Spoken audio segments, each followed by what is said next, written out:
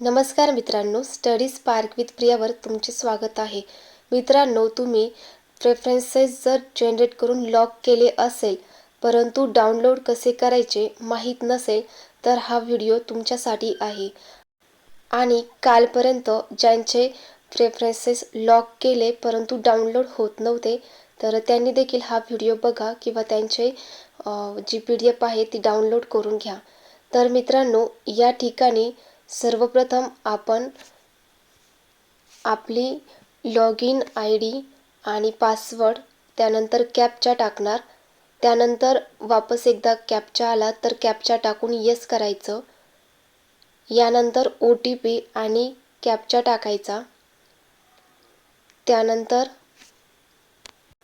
त्यानंतर या ठिकाणी आपण बघू शकतो डॅशबोर्डवरती प्रेफरन्सेस जेव्हा लॉक केले, मी विदाऊटचे केले आहे, तर त्या खाली बाकीचे ऑप्शन नाही येता आता प्रिंट प्रेफरन्सेस आणि अनलॉकचं ऑप्शन आलेलं आहे. आणि समोर या ठिकाणी तुम्ही बघू शकता ग्रीन बॉक्समध्येच download logged preferences and download generated preferences. तर जनरेटेड तुम्ही अगोदरच डाउनलोड केलेले असेल, परंतु त्याच्या बाजूला जे आहे डाउनलोड लॉक्ड प्रेफरन्सेस तिथे क्लिक करायचं आणि त्यानंतर तुमची PDF अशा प्रकारे दिसून येते. तर मित्रांनो, अशा प्रकारे आपण आपले प्रेफरन्सेस डाउनलोड करून घ्यायचे, लॉक प्रेफरन्सेस. आणि मित्रांनो, यानंतर इम्पॉर्टंट गोष्ट म्हणजे आपल्याला लॉक केलेले प्रेफरन्सेसची एक PDF असणं गरजेचं आहे. त्याची प्रिंट असेल तरी देखील चालेल. आणि आपण जो काही फॉर्म भरलेला आहे त्यावर जे पण काही डॉक्युमेंट्स आहेत त्याचे ओरिजिनल डॉक्युमेंट्स आणि प्रत्येकाची एका डॉक्युमेंटची 5 झेरॉक्स असे 5 सेट करायचे, जेणेकरून यानंतरच्या ज्या प्रोसेस आहे त्या खूप लवकर होणार आहे.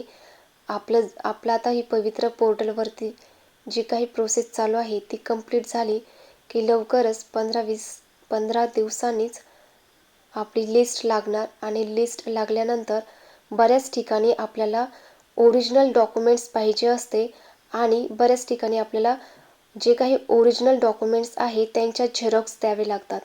तर ॲटलिस्ट आपल्याकडं 5 असे सेट असायला हवेत, जेणेकरून आपल्याला नंतर आपला गोंधळ होणार नाही.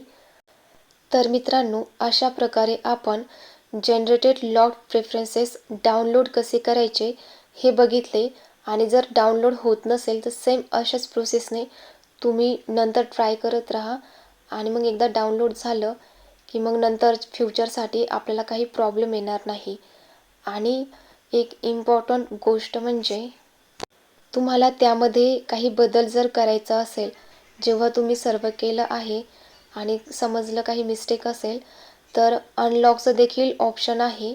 तर तुम्ही अनलॉक करून नंतर जे काही बदल आहे ते सर्व काही चेंज करू शकतात.